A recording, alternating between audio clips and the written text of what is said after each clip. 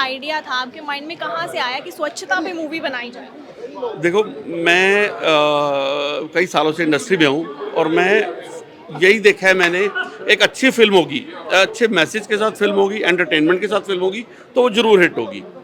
और आप आज की डेट में बॉलीवुड का हाल आप देख रहे हो, किस तरीके की फ़िल्में लोग 1 सेकंड में रिजेक्ट कर देते हैं। वो सिर्फ़ इसलिए करते हैं कि हमें कहीं न कहीं पैट्रियोटिज़्म नहीं दिखता, हमें कहीं न कहीं कुछ सीख नहीं मिलती, कुछ ऐसा नहीं मिलता। तो मैं अपनी फ़िल्में ऐसी बनाना चाहता था कि जिसमें कुछ सीख हो, और बच्चों की फ़िल्म कई सालों से नहीं आई। तो इसलिए मैंने इस कॉन्सेप्ट को चुना कि बच्चों की फ़िल्म एक अच्छी बनाते हैं और एक अच्छे मैसेज के साथ बनाते हैं। तो जैसे कि आपकी ये पहली मूवी थी, तो आजकल जैसा कि चलता आ रहा है बॉलीवुड में, वही चीज़ें रिपीट हो रही है। तो एक पहली मूवी और अलग तरीके से बनाने का वो जो थॉट था, कहीं न कहीं थोड़ी बहुत नर्वसनेस या फिर ऐसी चीज़ें कि पता नहीं होगा, नहीं होगा, ऐसा कुछ माइंड में कभी आया? देखो, बिल्कुल आता है ऐसे थॉट, हर मेरे को ही नहीं, आज कोई एस्टैब्लिश डायरेक्टर भी अगर कोई नई फ़िल्म बनाता है, उसको भी ये डर लगता है कि मेरी फ़िल्म का क्या होगा। नहीं ऐसा है। नहीं है कि थॉट नहीं आया था, लेकिन हाँ, मैं श्योर था कि मुझे बनाना है तो ऐसा ही कुछ बनाना है, जिसमें मैसेज होगा, एक सीख होगी, एक अच्छी फैमिली सारी मिलके फ़िल्म को देख सकेगी और एंटरटेन होगी।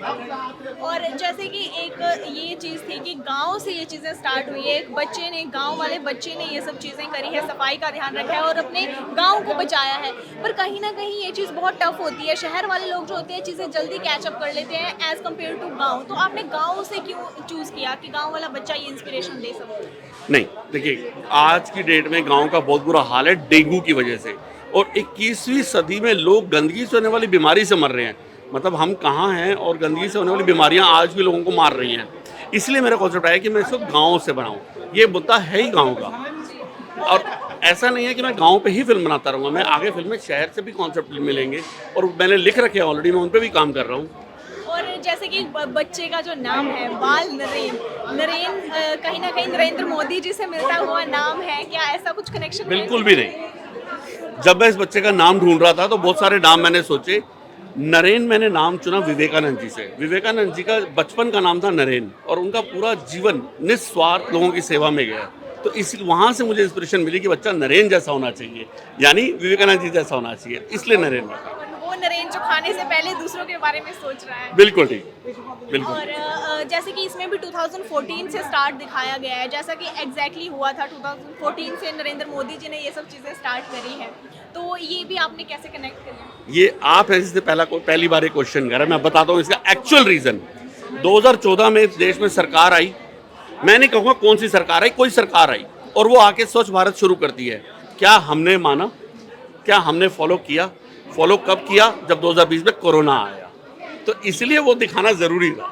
हाँ, कि वो चीज़ें तब हुई हाँ जब जी, खुद पे चीज़ें जब आती है। खुद पे चीज़ें आती है। तब ये वो जो स्वच्छ भारत पहले का था एक टाइम पे, जैसे सनातन धर्म हो गया, पुरानी चीज़ें हो गई, धार्मिक चीज़ें जब फॉलो की जाती थी, वो जो स्वच्छ भारत उस टाइम पे सोने की चिड़िया कहा जाता था, जो कि आजकल देखने को बिल्कुल भी नहीं मिलता। तो उस चीज़ के लिए लोगों को इस मूवी से तो बहुत इंस्पिरेशन मिलेगी, बट आप और चीज़ें क्या कहना चाहोगे जो अपनी ज़िंदगी में ऐड ऑन करनी चाहिए? देखो, बहुत सारी मैंने, आप अगर फिल्म देखी है तो आपने इसमें एक चीज़ नहीं देखी होगी। इसके अंदर आपने देखा होगा माँ और बेटे का अटैचमेंट। बेटा जो बोलता है माँ मानती है, उस पर कोई क्वेश्चन नहीं करती। संस्कार, वो अपने खाने से पहले दूसरे के खाने का सोचता है। संस्कृति आपको दिखी होगी, मंदिर आपको दिखे होंगे, मंदिर में मंत्र आपको सुनाई दे रहे होंगे। फिल्म के अंदर सिर्फ एक चीज़ नहीं थी। मैंने 2 साल इस फिल्म को लिखा है, और क्या क्या चीज़ें सोच सोच के मैंने बनाई हैं। मतलब ये मैं अपने मुंह से बोलूँ, मुझे नहीं लग रहा, लोग आज पब्लिक ने बोल दिया कि मैंने अपनी तरफ से इसके अंदर पूरी तरह से अपनी संस्कृति दिखाने की कोशिश की है। किसी एक, आप स्वच्छ भारत भी नहीं बोल सकते, इसमें आपको पूरी संस्कृति दिखेगी। कई सालों से राम भजन नहीं आया फिल्मों के अंदर, कोई भजन ही नहीं आ रहा फिल्मों में। भजन का ट्रेंड ही लोगों ने खत्म कर दिया, क्यों? एग्जैक्टली। तो वो भजन हम लेकर आए। तो ये राम जी का ख्याल आपके दिमाग में कहाँ से है? क्योंकि अभी पीछे राम मंदिर का भी वो उठा था मुद्दा, तो अब राम भगवान जी को जैसे इसमें पूजा गया है। नहीं, मैं बताता हूँ। कोरोना 2020 में आया था, मार्च में लॉकडाउन लगा था, पहला लॉकडाउन। हाँ जी। अप्रैल में रामनवमी आती है। तो वहाँ से तो ये अब सारी पूरी कहानी हमारी मार्च से चली आ रही है। तो सारी तो वो जो देखो, मैंने दिवाली नहीं दिखाई, क्योंकि दिवाली अक्टूबर में, नवंबर में होती है। अप्रैल में रामनवमी होती है, तो वो जिस पैरेलली जो साल चल रहा है, उस साल में जो त्यौहार आया है, मैंने वही कंटिन्यू किया है। तो वही साल आपने इस मूवी में दिखा दिया वही कि साल कोरोना वाला दिखाया, टाइम ऐसे 2020, 21, ऐसे ही दिखाया है। आपने टाइम ट्रांजिट देखा होगा, किस तरह के टाइम बदल रहा है, बच्चा चेंज हो रहा है, बच्चे की चीज़ें बदल रही हैं, बच्चे के ख्यालात बदल रहे हैं, वो देश का माहौल बदल रहा है। पर इस चीज़ के लिए हमें एक चीज़ और भी कहनी पड़ेगी, लोगों के साथ साथ कहीं ना कहीं सिस्टम को भी इस तरीके का होना पड़ेगा जैसा कि आपने मूवी में दिखाया है। देखिए, मैंने ये नहीं सोचा, मैं आपको बड़ा क्लियरली बताऊं, हम सब चीज़ें सिस्टम पे छोड़ देंगे तो हमारा क्या, हम क्या करेंगे। लेकिन अगर कोई कोशिश करता है, जैसे नरेन जैसा बच्चा, उसकी बातें वहाँ तक पहुँची एक ट्वीट के जरिए और उस वहाँ पे वो केंद्र बनवाया गया, लेकिन अगर आज एक बच्चा कोई ऐसी कोशिश करता है तो कितनी ही उसको परेशानी का ऐसा सामना- नहीं है, आप ढूंढेंगे तो आपको मिलेंगे। ऐसे बहुत सारे बच्चे हैं, ये कॉन्सेप्ट मेरे को वहीं से मिला है। ऐसे बहुत सारे बच्चे हैं जिनके ट्वीट को मोदी जी ने सुना है, देखा है और रिप्लाई करा है। आप ढूंढेंगे तो आपको मिल जाएंगे। और यहाँ तक कि कई ऐसे बच्चे हैं जिनको मिलने के लिए अपने पास भी बुलाया है। तो और आप क्या मैसेज देना चाहोगे हमारी जनता को? बस यही कि हर चीज़ दूसरों पे मत डिपेंड रहो।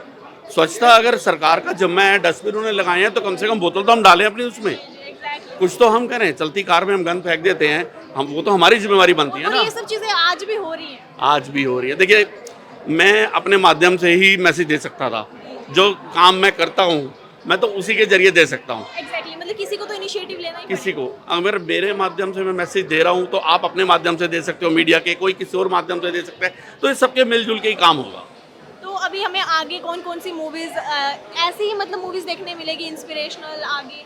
डेफिनेटली कहानी जरूर होगी। मेरी नेक्स्ट फिल्म है, प्रॉपर म्यूजिकल लव स्टोरी है, लेकिन वो गंगा सफाई के ऊपर आधारित है, गंगा के स्पिरिचुअल और साइंटिफिक बेनिफिट के ऊपर आधारित है। गंगा पूरी की पूरी वो गंगा सफाई पर आधारित है। मतलब आपने मैसेज- भारत को दोबारा वही भारत बनाने की देखिए, मैं चाहता हूँ बनना चाहिए, क्यों नहीं बनना चाहिए, और मैसेज के बिना फिल्म नहीं है मेरे हिसाब से।